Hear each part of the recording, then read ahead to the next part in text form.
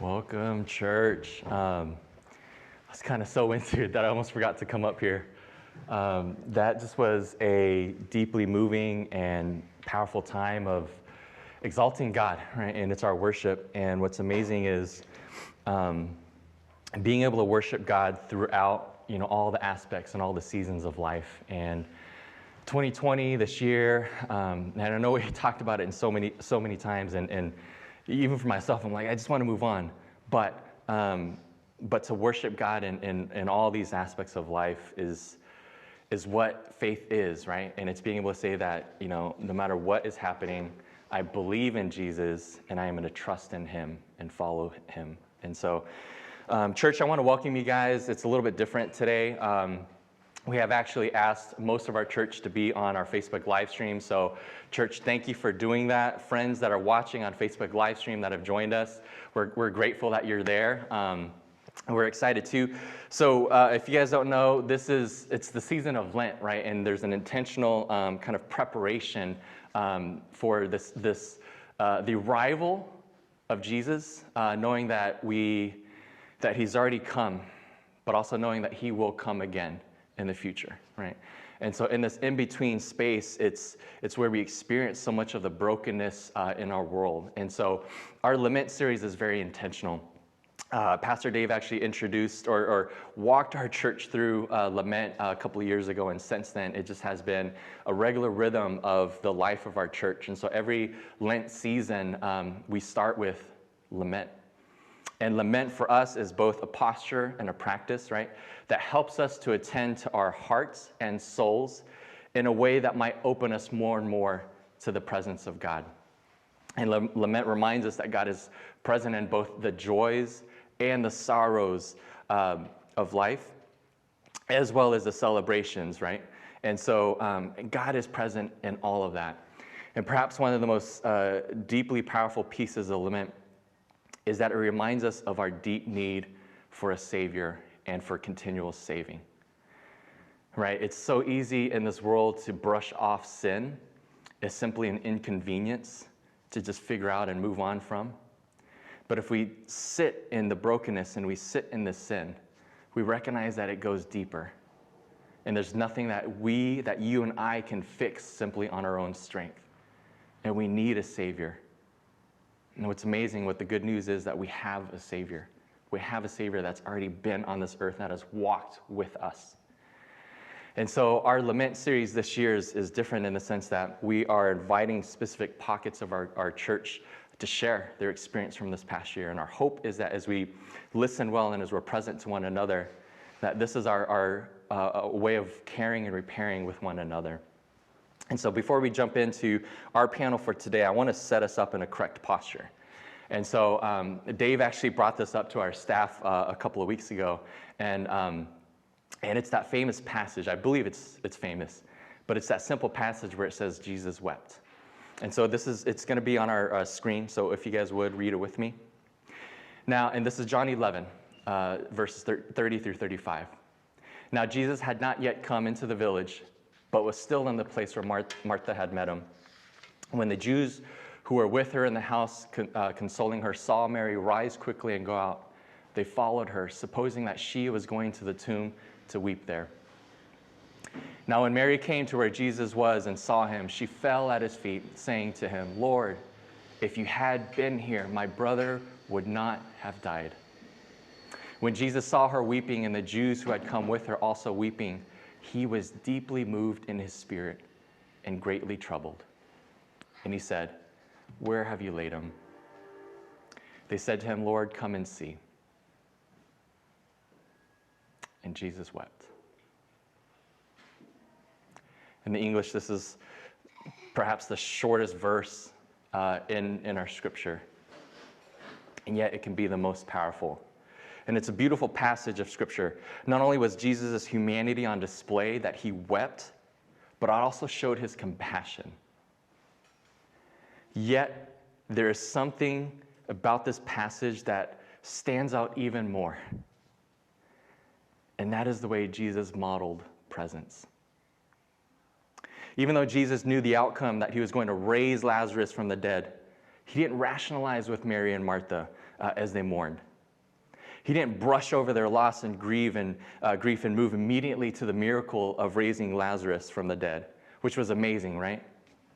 Instead, Jesus was emotionally present with them in their moment of grief. Can you imagine what it meant to Mary and Martha in their grieving to have the Messiah grieve, weep with them in their loss, even though he was going to perform a miracle of raising Lazarus? Friends, this is how, as we move forward as a church, this is one of the foundational pieces of how we're going to heal and reconnect. There's a deep need to be present, right, with one another.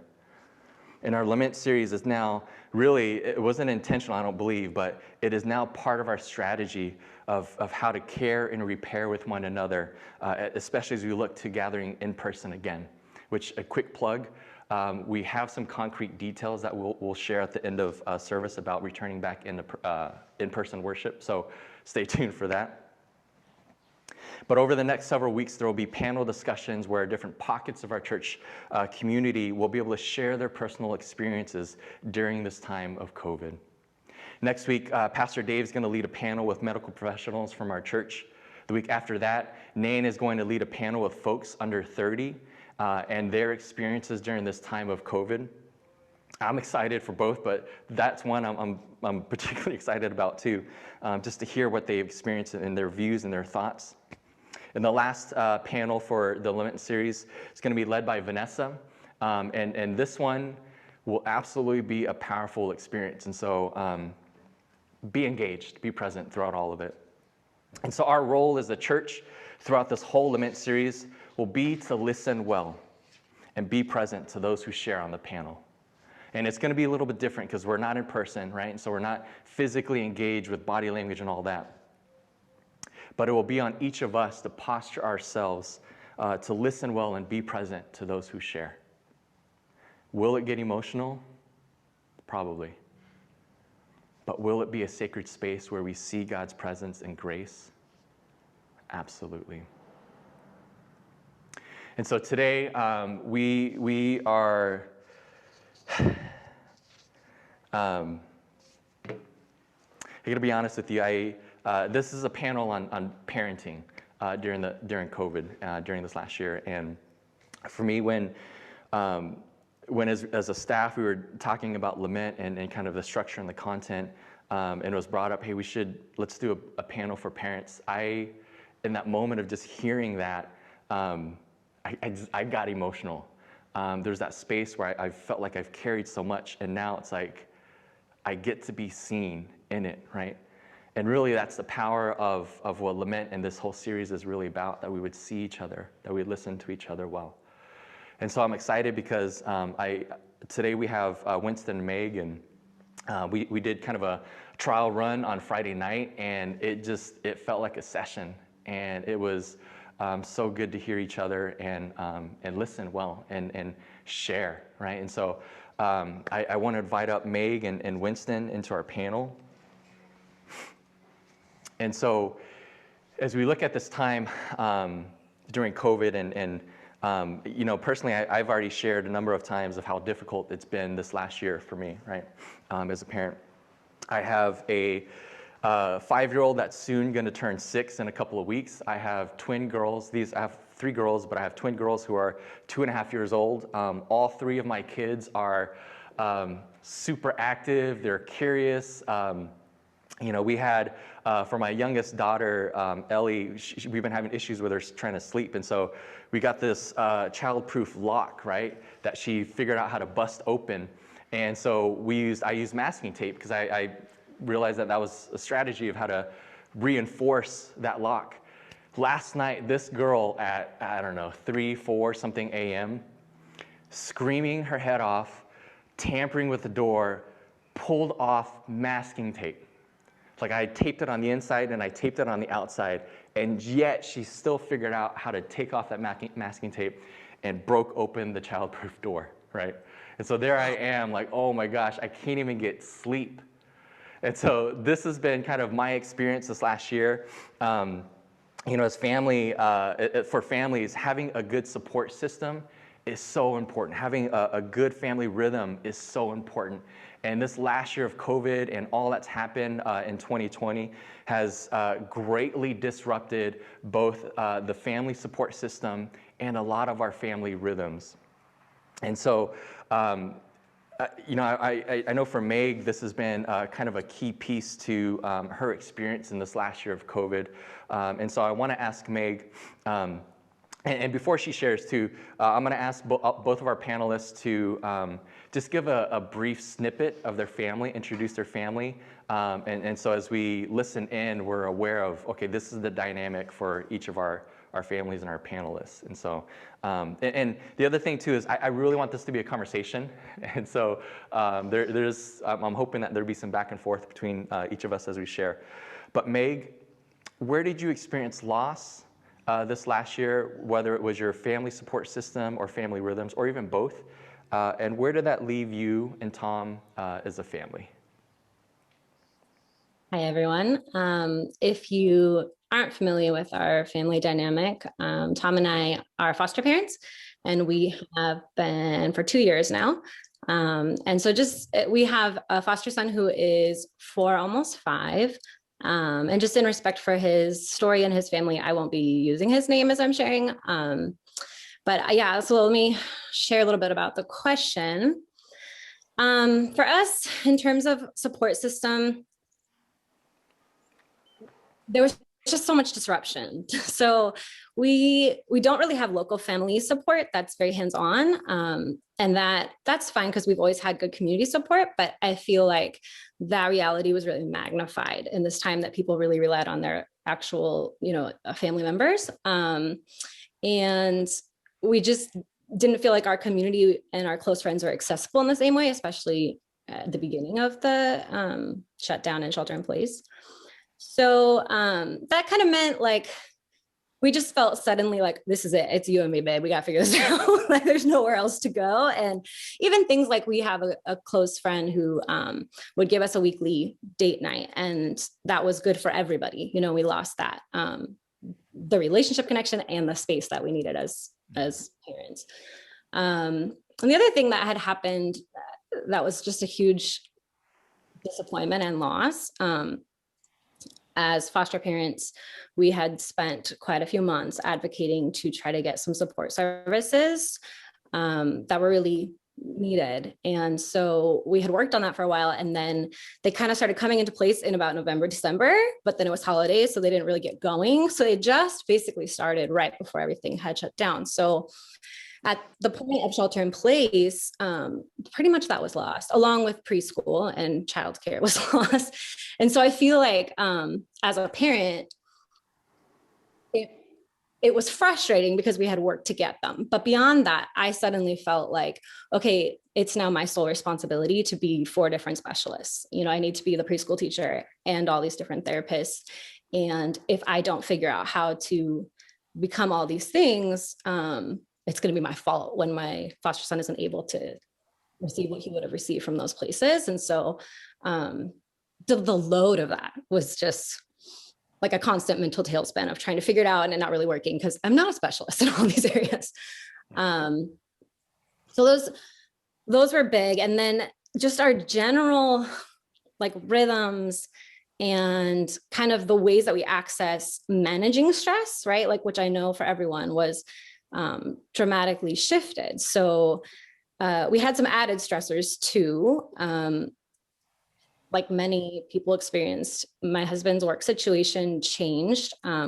One of his jobs said, we're not going to have hours for you in the summer, and we're not sure if we'll have hours for you in the fall. And it was more of like a probably we won't, but we'll see.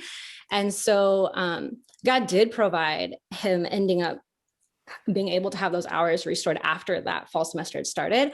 So that was huge. But for months, we were anticipating him having no income. And so he was super stressed about that all the time, trying to figure out what to do. And that stress doesn't help, right?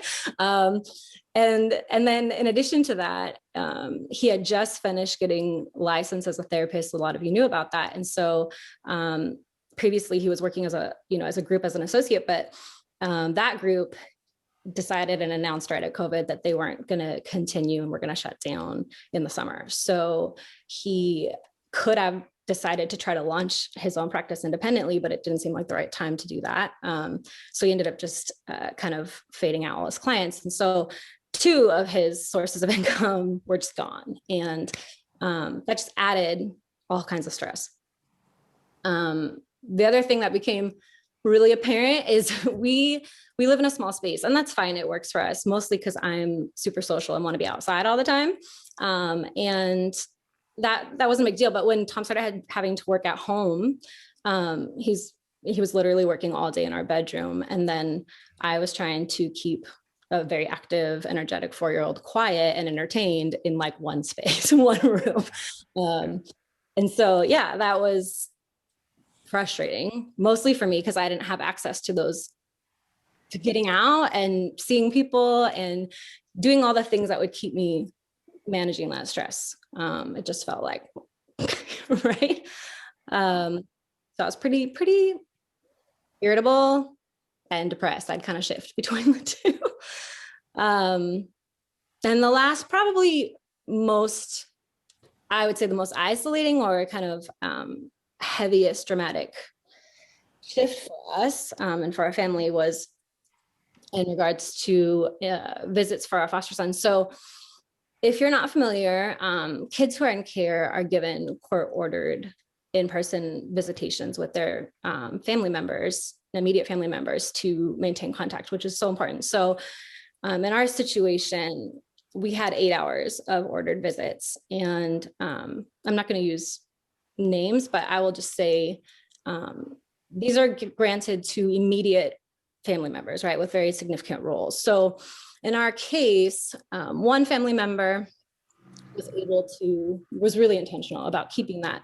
And so we would see her in multiple times a week. I'm sorry, 2 hours per week, every week for about a year. And for another family member, doing it in person was difficult. And so it didn't really happen. And then, so at the point of the shutdown, that rhythm had been happening for about a year. And then all the in-person visits were then court ordered to be video conference calls.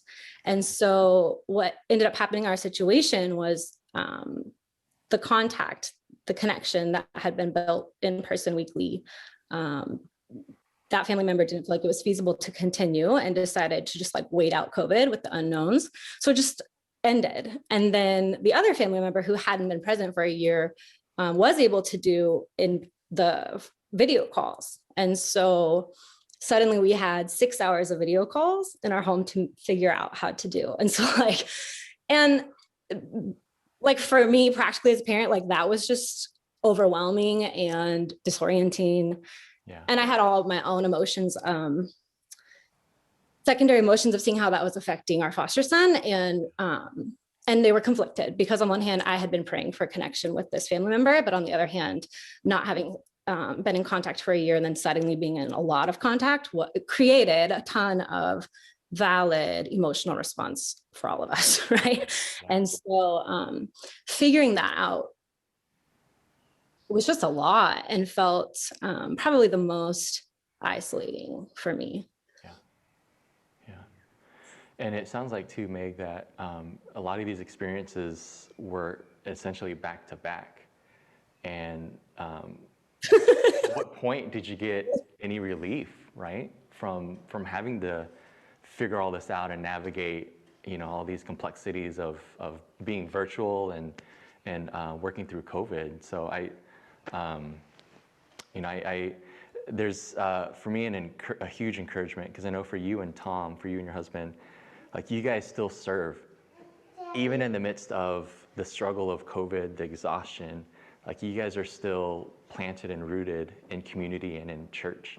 Even for myself, like when COVID hit, our disruption really was, our family system of school and our parents, like Tanya's parents and my parents, were no longer able to watch our kids, and so that left it on me, right?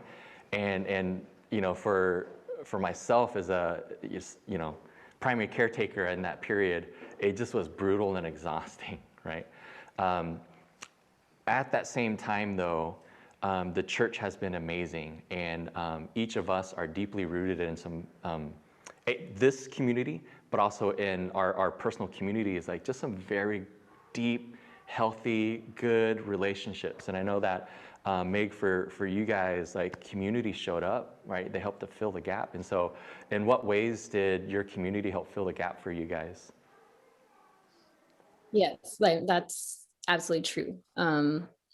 I think initially what was very apparent was, like I had mentioned, our foster son had a birthday party scheduled just about 2 weeks, I think, after the shutdown started. And so it was canceled, but he had been anticipating it and talking about it and very excited. And so I think I just didn't have much expectation. It was just like, well, no one knows what to do and it's canceled. But we ended up having, like, every day somebody was dropping off a gift or sending a gift in the mail, or we were receiving cards. And that, like, it lifted our spirits. It communicated that we were seen and loved, even though we didn't provide the party, and it, like, literally practically gave us things to do every day because we had to do with ourselves. And so that was huge. And I think for us in our journey as foster parents and as parents as a whole, that was our first opportunity to do something like that, to throw a birthday party and see the community respond. So it was huge. It was just really big. Beyond that, as the months unfolded, there were a number of friends who I felt like intentionality is the best word, or grit maybe, to figure out how can we maintain connection, even if we have to be like awkwardly creative in what we're going to do. So, we spent times like in tailgating in parking lots and like doing random stuff to like try to figure out how to keep our connection, how to keep connection for our kids. And that just meant so much. It meant so much to see people willing to do weird things to make it work. The other area was in just, I felt like hospitality took on a new dimension, right? Since we couldn't be hospitable in each other's homes. I felt like we were both the recipient and grown in being givers of, like, dropping off, cooking too much and sharing with friends, or while everybody was hoard shopping and then not shopping for weeks, we would share groceries with neighbors. And that was, like, no one knew what we were doing, but it was beautiful. And it was this really unique blessing to see, like, well, we're thought about and people care that they haven't seen us in a week. And like, that was huge. And by far, without doubt, the most present support system in our community was in our small group, specifically in the women in our small group. We started meeting on Zoom, and previously we had certain weeks off or seasons off from meeting, just to balance for everyone. But we decided early on, like, we'll just keep meeting every week and we need this time. And so if you can't come, you can't come. But there was a realization that for those of us who needed that connection, because it was our only one, that it would be available. And I feel like the vulnerability and the depth of connection that took place, the ways that those relationships grew, was just exponential to previous to COVID. And so, I think lamenting became our weekly practice, honestly, for a while. But it was such a healthy thing because we were able to be there and be where we are now and watch us all navigate through that together. So I'm extremely thankful for our small group. Yeah. That's absolutely beautiful. And, it reminds me of just what we've heard a lot of times, which is just accompany each other and walking through difficult and joyful seasons. And really it's kind of a grinding type of experience, because there's the joys and then there's moments where it's just like, you can't. And at the same time, people step in and they're with you, right, in that moment. Meg, you actually brought up kind of, you hinted at our next prompt, which for each of us, especially for any parents, parenting can feel like such a mundane and unseen role. And I would even say not a paid job, but it feels like that because you have all these day-to-day responsibilities. And it feels like it's a thankless job because these are your kids, right? And you do it. And so the experience of it already feels, lonely. And especially with COVID and shelter in place, I think that just pushed everything to an extreme, right? And so when you talk about isolation, Winston, I know, for you and your experience that it's been a brutal year. And so would you, if you could introduce your family and would you speak to this? Because we just hear. Yeah, absolutely. Thank you, everyone. My name is Winston, and I have two young daughters. Amia is 8, and the youngest, Claire, is 4. And what Jay was alluding to is my youngest daughter, Claire, who actually prepped me for this because she woke up several times during the last night.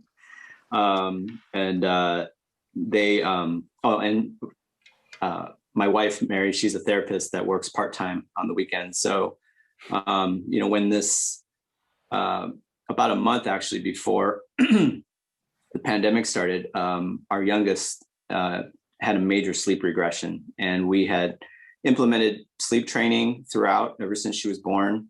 But this one was just much different. She was, and we couldn't figure out why exactly. And so what happens is that she'll wake up multiple times during the middle of the night, and random times, 1 a.m, 2 a.m, 4 a.m. One time, several times she woke up at 5 a.m, and then she would, wake up for the day at like 7. And they're not just wake up and then she goes back to sleep. She'll, call or cry out,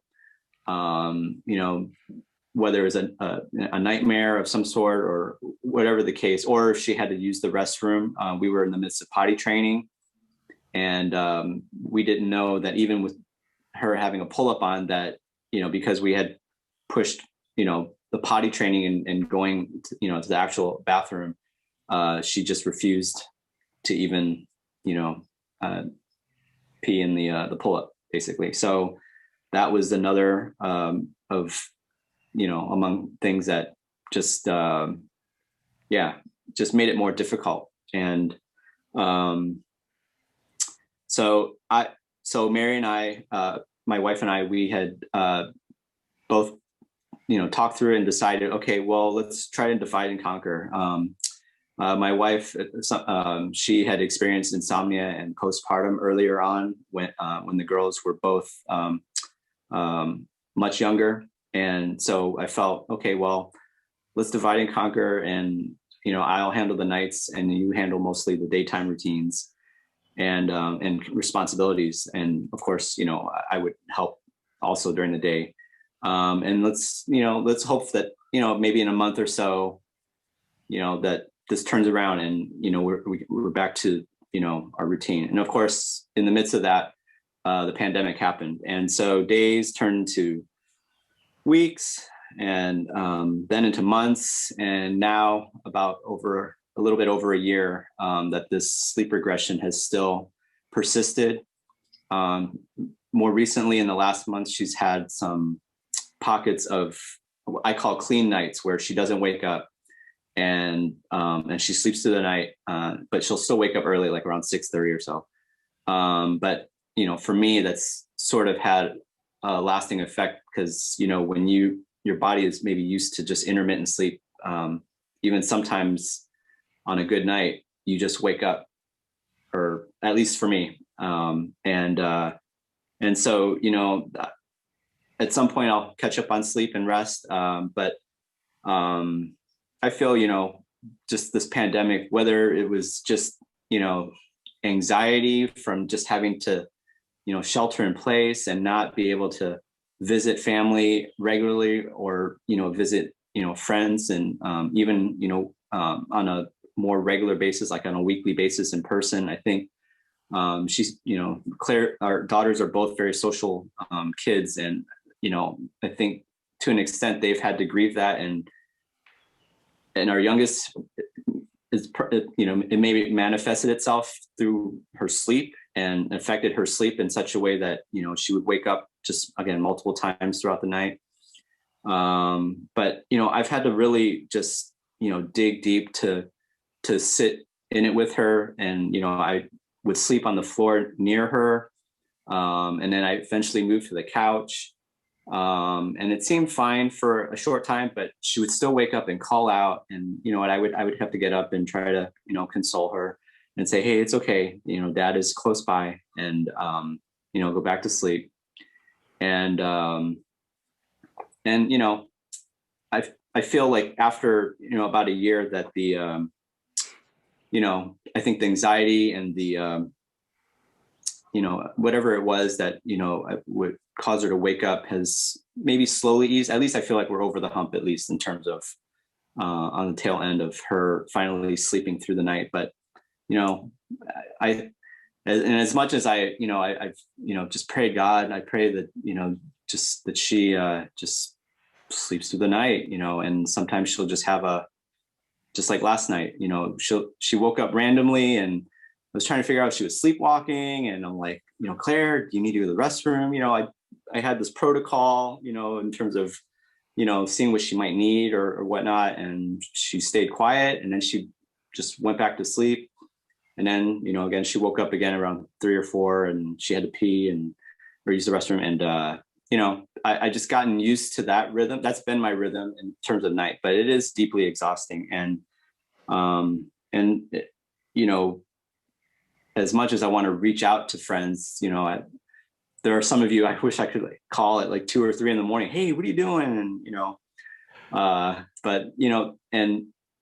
but you can't in the middle of the night. And I think, when there's just, you're sitting in the darkness and there's just complete silence. And of course there's, the tablet, and I could watch whatever, but, really there's just that darkness and silence. You're sitting there, you want sleep and good rest, and it's not happening. It's, over a period of time as it grows, it feels just isolating, because you feel like you're, that you're just in it alone kind of thing. And, my wife has been very supportive, and just, doing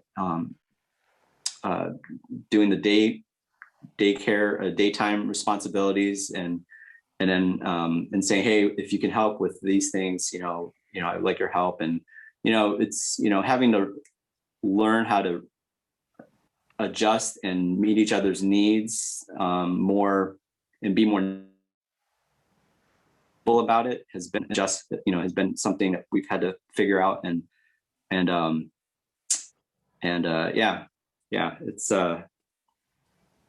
it's a process. I tell my wife, when she thinks, when she says, hey, she slept good for this past week, yeah, but it needs to be a longer, and we just got to trust the process and just be consistent. And I still believe that. And yeah. Winston, you got some grit, man. It's been a whole year, and you talk to any parent, and obviously especially for newborns, like the Solises, like you lose your sleep. Yeah. But then that's something as parents, like, we desperately try to cling back onto. And so my experience, and for me at least, and I feel like it would be similar, is when it deals with the issue of sleep, especially if you feel like, oh, okay, it looks like, she's going to go back a day or two, and then, she's not sleeping again. It's maddening. It is. Like, absolutely maddening. And, even for Meg too, like, this is on top of a stress, like, just absolutely, like, all around every aspect of life is stressful. And to not get sleep is just, it's maddening. Everything to an unmanageable level. Yeah. Everything is like, survive. Yeah. Totally. And so, Yeah. I mean, even, Winston, I've had the privilege of being able to just connect with you this last year and kind of just, I want to say complain, but, I think we've helped carry each other a little bit. But to just be like, oh, I feel you on that. And that is, it's hard. And it's Yeah. painful because it affects different relationships. And I know we're not going into it today, but both of you guys have hinted at kind of the effects on marriage, right? On that relationship too. Yeah. And that's not even just our personal relationship with ourself, right? How we are doing. And so it definitely, I think, is this magnification of loss and this weight of like, God, can we get out of this? And I know for me, my struggle has been where I've gotten to that place where I don't feel like I have asked God much because I'm exhausted and I'm just beat and I'm in absolute survival mode trying to make it through. And so even, we've talked about disconnect, we've talked about fragmenting and all that. And it's been understandable that there's this disconnect from God. Yet, God has been faithful, right? Yeah. And so for the three of us, we talked on Friday and it went from like a heaviness to a moment of joy. And that moment of joy was when we talked about unexpected gifts, right? That came out of this last year. And, and so for me, it's this reminder that not all of 2020 was a loss. And in my experience and in the isolation that I felt and the hurt that I've carried and I don't know if it's trauma or what, but just all of that, at the same time, there's been these unexpected gifts, and that's pointed me back to God. And so if I could, let me open it up to the three of us. We each have an amazing story to share around this. And so Meg or Winston, whoever, if you guys want to go, would you guys share? Because it's just been powerful to hear this. So whoever wants to go first. Or Winston, why don't you go first? Minus the sleep issues, one of the greatest gifts, unexpected gifts that I've experienced or we've experienced during this last year. Growing up, I grew up in my parents' restaurant, and they were always busy, and they loved my sister and I tremendously, without a doubt. But when you're just, running a small business and just trying to figure things out in the process, there's just little time, that they've spent with us just and just being emotionally available, to us, on a regular basis. And, I've had to grieve that, throughout my adult life.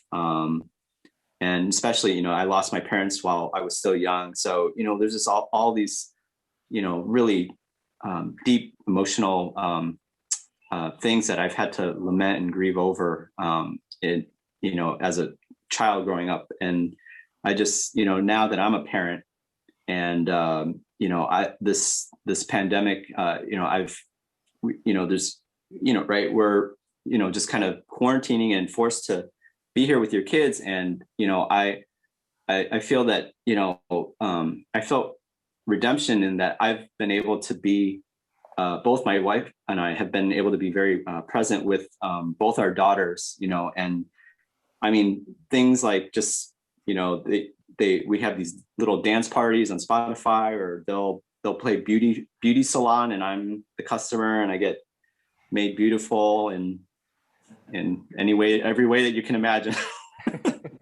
But just being present in their lives, it shows, I can tell, they have this my mom and dad are here with us. And of course they don't understand fully, right? All of our young kids don't know fully the whole, the magnitude of, what a pandemic really is or and whatnot, but just, that they know that their parents are here with them, are present, are doing things with them, crying with them even, it's been a huge blessing and redemption, because I, wish, I had more moments like that with my folks.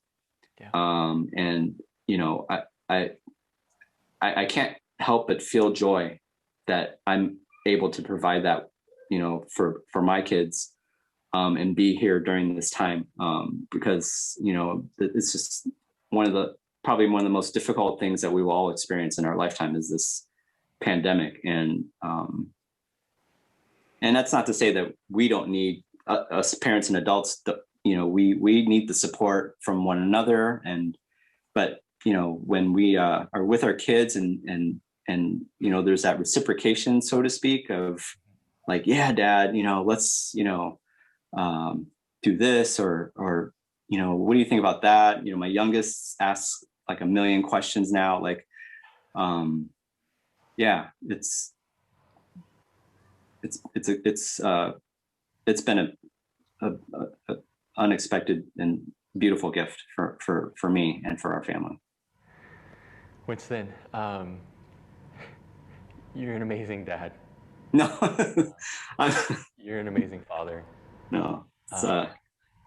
On Friday, as we just the three of us shared, you had made a comment or a statement about you want your daughters to know that you're present with them, and you're doing it. And what a gift to see kind of God's redemption in you, but also the redemption that gets to experience by your kids and your family. So, yeah, that's beautiful. Thanks. You're amazing, Thank Father you. Winston. Thank you. Say it again. I'm learning like all of you guys. I'm in good company, and I'm just really thankful to be on here with you guys, to hear your guys' story, and you know, and other folks', and it really is also, that's probably been a bigger unexpected gift, is to know that you know, us as young parents are with other, you know, parents of young kids, and that we're all trying to figure things out and do well. And you know, I appreciate it, but you know, I'm in good company. Yeah, thank you. Meg, why don't you share your unexpected gift? Yeah, thanks, Vincent, for sharing. I think similarly, let me say this, you know, when you play like I played soccer, so like a soccer game, and at the end, you're so exhausted, but it's like the most satisfying tired. Like, I kind of feel like that's what I'm feeling in this moment. It's like, I'm so tired. People are really tired, but there's this satisfying tired that is a gift. And the pieces the work that went into, and the time that went into playing that game well, right? And so it's a gift to walk alongside you and hear about your part in it, and also to be able to share ours. I think, yeah, my childhood was not the most stable, and I didn't have super present parents. And so I feel like this season of being together all the time in such a small space, while a little bit suffocating for me on some levels, is also like, it has forced us to bond and attach and establish family rhythms and dynamics. And, you know, that's looked like making takeout that we eat in the back of my truck this special event that we all look forward to, or watching, like, realizing that we're going to be a hiking and biking family because that's what we can do, and then like invested in it, you know, or just even things like being able to eat dinner together every night. And specifically, you know, for us and our situation, we didn't meet our foster son until he was 3, and so all those and anyone who's removed from their family is going to have unhealthy attachment challenges, right? And so all those years of early, you know, early stages where you're just being attuned and met from your caregiver, we weren't able to do. And so it was such an unexpected, but like most precious gift to have this time where we were literally available to do that all the time, where we could be present and meet every need in a safe space. a little later in the development stage, but in the same ways as if we had, kind of making up for time that we didn't have. And so I feel like that gift of forced attachment for our family dynamic is like the most precious, will be lasting gift. Yeah. And what's the phrase that comes out from your foster son? What does he say? Well, a lot of things. I don't know which one you're Well, to you and to Tom. Well, the thing that he always says to Tom is, "You could man up that. You could man." That's the thing that's coming to mind right now. I don't know if you're thinking of something else.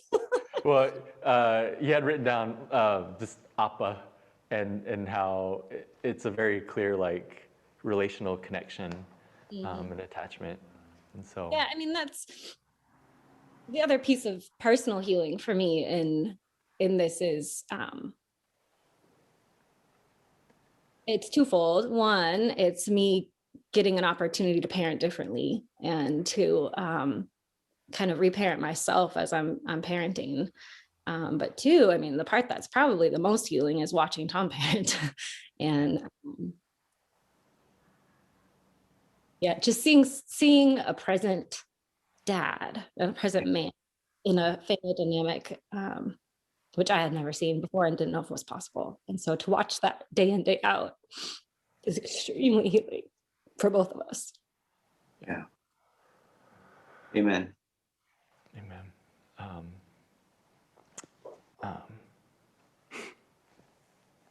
So thanks for you guys for doing it too. I might just need to share mine. I don't. Yeah. So my gift has just been growing up. We weren't around a lot of extended family. It was just as an immigrant family, especially growing up in Texas, right, and kind of this rural area of Austin. It was just us, and we didn't have any close relationships with cousins. And so as I'd hear friends talk about, oh, I'm going to do this with my cousin, or my cousin this, my cousin that, like, I felt jealous. And growing up, once I had kids, I realized like I deeply wanted that for my daughters, but didn't feel like that was going to happen. And so for me, the unexpected gift was my brother has I think soon to be 3-year-old, and they're super busy. And during this last year, they have driven down, it's like an hour drive. They've driven down once to twice a month. And so there's been this beautiful relationship that my niece has formed with my oldest as well as with the twins. And my niece is a hugger, and it's cute because she just goes up to them. She's like, just hold on to them. And I realized like this would not have happened outside of COVID. And so even in the midst of just the crap of this last year, like I'm seeing this deep longing. I didn't even pray for it, but I'm seeing this deep longing being fulfilled, right? And then it's also then pointing me as I receive it as a gift, like I'm able to recognize, God, this is your grace. Man, thank you so much. Like a deep longing, God is fulfilling in probably the hardest time of my life. Yeah. And I feel like for each of us too, and what we've shared in these gifts, like it's that same magnitude of the depth of that gift, right? Yeah. So, man, it's been a whirlwind of emotions. And so I know we have a couple of closing thoughts, and this will be the last thing. And so just to kind of transition to that really quickly, let me open it up for us really quickly as we kind of just close our time. What are some closing thoughts or reflections you want to share with the church? As you've prepared, as you've reflected on your experience in parenting this last year, what would be some final thoughts you have? When we were sharing on Friday, I was listening and had the thought of we have these gifts and they're unexpected and they're beautiful and they're healing and redeeming in many ways. But at the same time, the losses that everyone has experienced in this last year, the gift doesn't make up for the loss. The loss is still a loss. And we did experience God's grace and goodness, but we also experienced a loss that it's okay to grieve and still grieve. And it doesn't really come back, you know, it's not like one for one. So I think that is something that's been helpful for me as I am just being honest in this process. And then the other piece is realizing that the losses that we each have, or the isolating experiences that we each have, are there are unique individual experiences. And I think sometimes there's a temptation to either compare that with someone else, or to really want to identify with someone else's experience and like be with them in it. But I think this last year has taught me a lot about like, realistically, if you're not a foster parent, you're not going to understand certain aspects of our dynamics. And even though I can share and feel accompanied in the way that you use that word so well, it still feels lonely. It's still my own thing. And at the same time, like, I only have one child. I don't have three to be taken care of all day. And so that's a very different experience. I don't know twin life. And so I can relate on some level, but that's your isolated experience that I don't know. And that's okay too. Yeah, we can still be with each other and not have to identify exactly. Yeah. Yeah. I echo what Meg shared on that. And I so appreciate it. I'm so thankful just to even get this opportunity and just to be, get to know each of you and the other parents in this at this church. My wife and we, our family's only been here for a couple of years, but it really is such a blessing, because as hard as parenting is, pandemic or not, and you feel like you dig deep already, and then you feel like you have to dig deeper, and then there's sometimes you just like, other parents, do they experience this? Or and it really is just a huge blessing to know that as parents you're not alone. And of course, when our kids get together, like, oh, we're not alone either, and they go and do the thing, right? But just to sit with one another, to pray for one another, to give each other space.